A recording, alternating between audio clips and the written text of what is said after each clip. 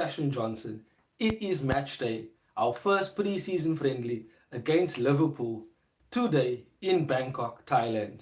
And may I just say, I am excited, but I'm not excited to play against Liverpool. No, I am excited mainly because we get to watch our club play football again. But this time it's with Erik ten Hag, and we get to definitely see the style of play that will be developing. We get to see how certain players have maybe improved in training. However, it's going to be a fun, exciting game, and I, for one, cannot wait for it. However, I do have to first of all say subscribe to the channel, please. Our goal is 1,000 subscribers before the end of the year, and of course links to the socials are in the description. At the Stretford and Johnson is what you are looking for on Instagram, TikTok, and of course Twitter. However, let us just for a few moments speak about something that I was thinking about. So yesterday I wanted to go live at 1 o'clock. However, for those who are watching this from South Africa and those who don't know, in South Africa we have a thing called load shedding, where our country and our government decides to cut power for about 2 up to mostly 4 hours a day. So yesterday the period was cut from 12 to 2, which meant that I couldn't go live at 1 o'clock as I wanted to South African time. However, I wanted to then go live when it came when electricity and the power was back on. But nevertheless, they decided to cut it literally 10 minutes into the live that I had yesterday. So apologies for any of the technical difficulties, sorry, for those who were waiting for videos yesterday. But here I am live now, and I also want to say that I was asked if a watch along can be done for today, but because of our country's power, shall I say, unpredictability, I would rather not be doing that and take that chance, because I do not want to have us watching the watch along together and then of course you guys get cut from any feed because of my government failing our country. Nevertheless, let's move on to what we are speaking about today. So as I said, it is match day. Erik ten Hag had his first press conference yesterday, which I wanted to speak about yesterday already, but nevertheless I'm speaking about it today. We'll definitely go through some of those quotes and hear a few blunt comments, a few, shall I, the leader going forward, that he is the man taking charge of this new revolution under himself as Manchester United. Also, I want to also speak about Ronaldo for a moment, which we will be speaking about later. And of course, there is a bit of transfer news, some Frankie de Jong updates with John Murta and Richard Arnold being in Barcelona yesterday and today still to finish and finalize the Frankie de Jong deal, to get it done himself. There's a lot to speak about on that, but let's get into the first bit of news that I want to speak about. And it was reported by James Ducker in the Telegraph, and he said that John Murta is trying to secure deals for Frankie de Jong, Eriksen, Lisandro Martinez, and Anthony, which to me is absolute quality. Hearing that we are going for 4 players at the same time, trying to secure these deals. We know Christian Eriksen definitely will need to have his medical, and of course it's a more strenuous medical because of the heart attack that he suffered, most recently. Now, of course, we know that it's a free agent, he should have been signed by now, but a bit of patience on Christian Eriksen's side. We have to respect that he is someone who basically has a lot to think about in terms of his health at this moment in time. But nevertheless, hearing that we're also still in for Anthony, I believe we will be getting Anthony, we will get Christian Eriksen, and also Frankie de Jong. We know that we will be getting him. We know that John Murta and Richard Arnold himself were definitely in Barcelona, still is. And it has also been reported by Fabrizio that the transfer for Frankie de Jong to Manchester United is imminent. And I first of all also want to say thank you for those who have joined me in today's live. Good morning to you all the way from South Africa, Cape Town. But as I said, Frankie de Jong will be a Manchester United player. Barcelona and United have agreed a fee with the 65 into add-ons for 85 million. And that in itself sounds high, but if you understand the priority that Ten Hag had on Frankie de Jong, then you understand that the fee was not an issue. It should have been paid 2 months ago already, in my opinion. I don't think we should still be wondering if Frankie de Jong is going to come. When will he come? We should be seeing him by now in a Manchester United jersey. Hell, he should have been already in today's friendly, probably starting, making his first appearance for the club. But, of course, let's not dilly-dally on that. But I do want to say that, yes, in terms of transfers, we will be getting more people coming in now as the preseason has started, because remember, they need to start selling shirts. They need to have these new players in these t-shirts in order to gain their profit again. And that can only happen once they get these deals over the line. And Ten Hag in yesterday in the press conference that he had, and he basically said, first of all, together we, Manchester United and the fans, can create a winning team where the fans really like to see this football. What I want to see from the young players is that they learn, but also show themselves, because they have to deserve a position in top football. You have to deserve your position. So, hearing his information and his strategy on the young players is exactly what the likes of Garnacho, Honorable Maybury, Shoretire, Ilanga, etc. want to hear. They want to hear that there is a plan for them. They want to hear that if they perform well, they will be rewarded with a place in the team. So how can you actually go against what Ten Hag is trying to do? He's trying to create a foundation, not just for now, but he wants to create a winning team on a consistent basis. And that means embedding these youngsters into the team slowly but surely, but also giving them reward when they do perform well, when they come up from the bench or might start in a cup game. Maybe in the friendlies we will see Alejandro Garnacho playing more because of the fact that Ten Hag regards him as such a high prospect in terms of a top talent. We know that the likes of Hannibal also broke through. Ilanga, we've seen on TikTok and wherever else, the man is putting in the work because he wants to be part of this new Manchester United. You have to admit there is a bit of confidence and arrogance in that, but as long as he produces on the pitch, who are we to complain? If he has the mentality of a Cristiano Ronaldo, of wanting to be better, of wanting to win, then why not? Why not allow him to perform the way that he wants to perform? So, as I said, it's a friendly today, but it's going to be very interesting to see the mentalities of these players. Lots of reports are coming out saying Rashford is looking focused. I couldn't care less.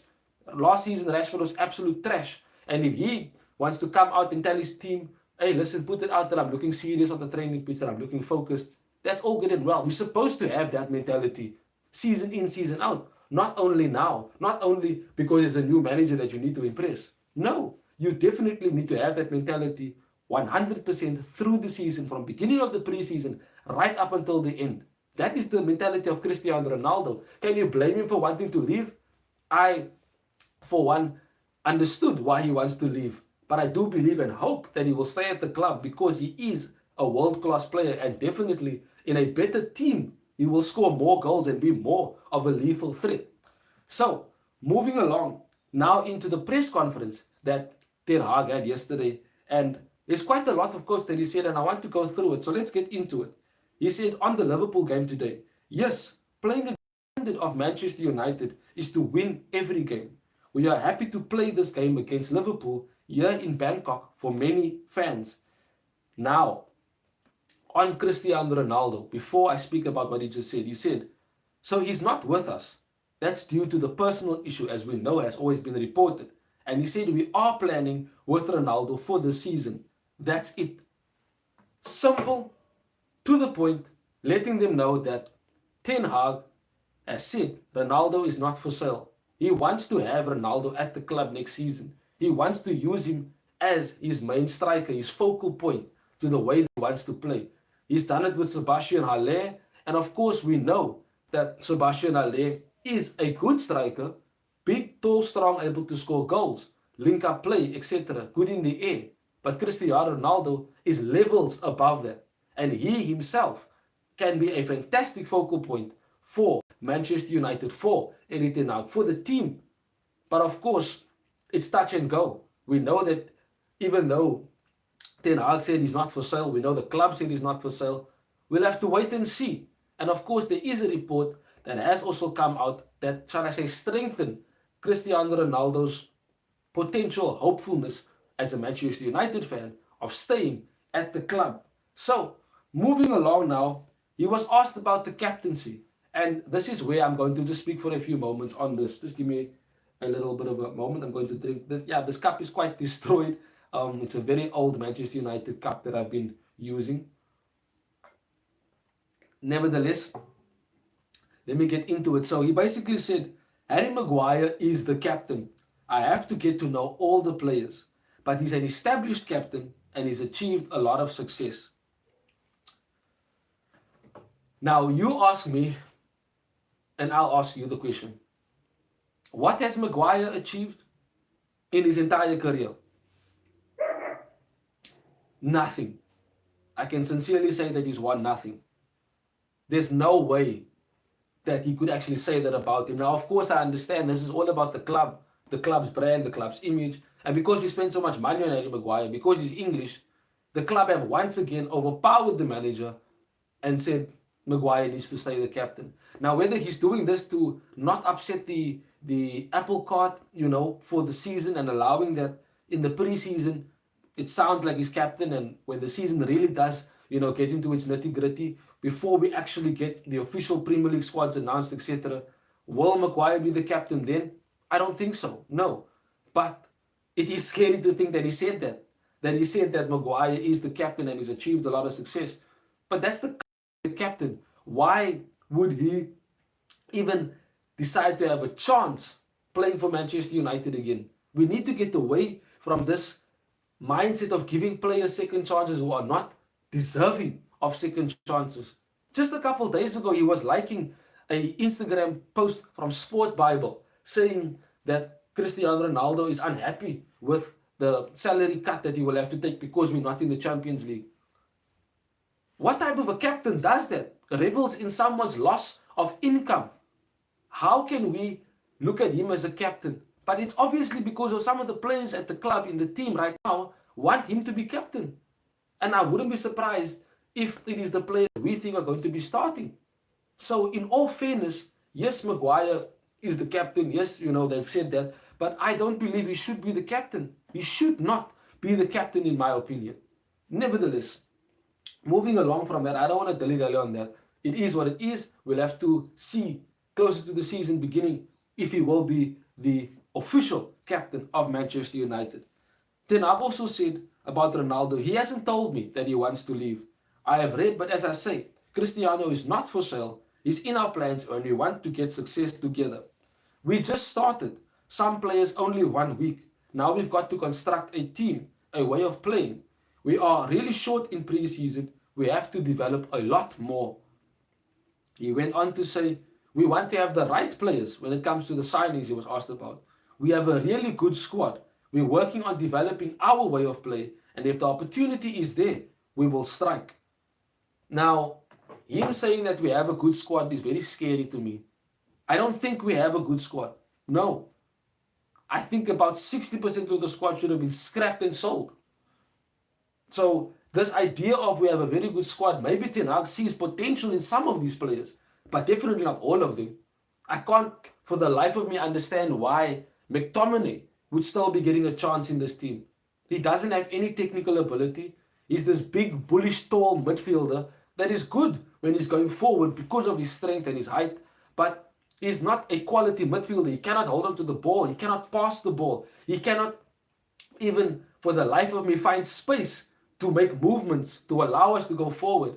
Sometimes he doesn't even defend correctly. So how can we say that we have a good squad? This is why we are looking at players like Frankie de Jong. This is why we have the likes of Ruben Neves and Yuri Tielemans as backup options.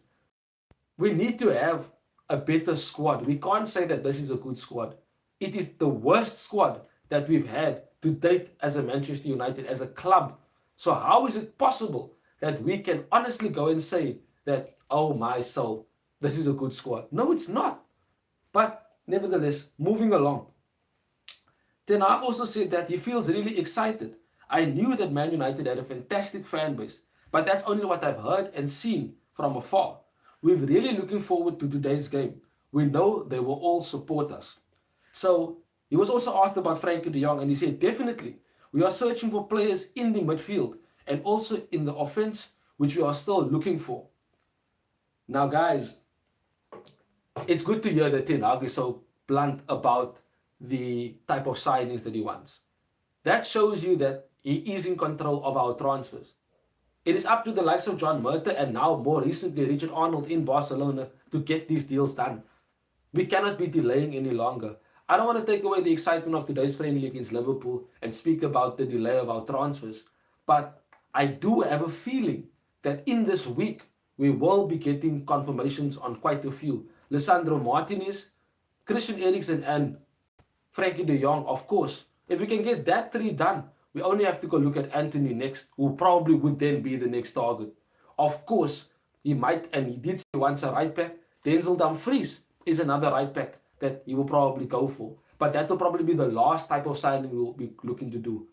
We know Andreas Pereira has made his official move to Fulham. So a sale, that might help us in terms of wages, but it won't help in terms of a transfer for any other transfer fees. But on a more better note, this is what was coming out this morning. And it says that Erik ten Hag is wanting to have another talk with Cristiano Ronaldo to try to change his mind.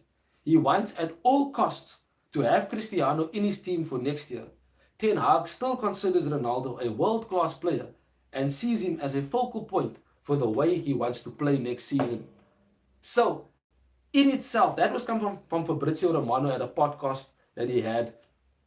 And he basically said that he wants to still have Ronaldo at the club. Ten Hag still wants Cristiano Ronaldo here. So, it's going to be interesting as we reach the end of the week to see if Ronaldo will still be staying at the club or not. I think maybe if we do make the signings that we are supposed to be making, if those official confirmations are made, then Ronaldo might change his mind and act Ronaldo captain if he's not there, if he hasn't been at training yet. So, sorry, if he has this meeting with Ronaldo, he probably will tell Ronaldo, I want you to be the captain of the team. I want you to lead the team in the dressing room and on the pitch. So, interesting. It's definitely going to be interesting. Thank you for joining me in today's live. Of course, we are playing later on against Liverpool in Bangkok, and that's going to be an exciting friendly. Cannot wait for it.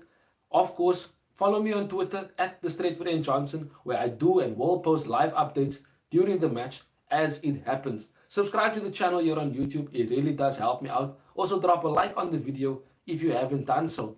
Thank you very much for joining me. That is me, Sashin Johnson from The Straight For In. Till we speak again soon, Red Devils. Enjoy the game later on. Have a wonderful day further. Bye-bye.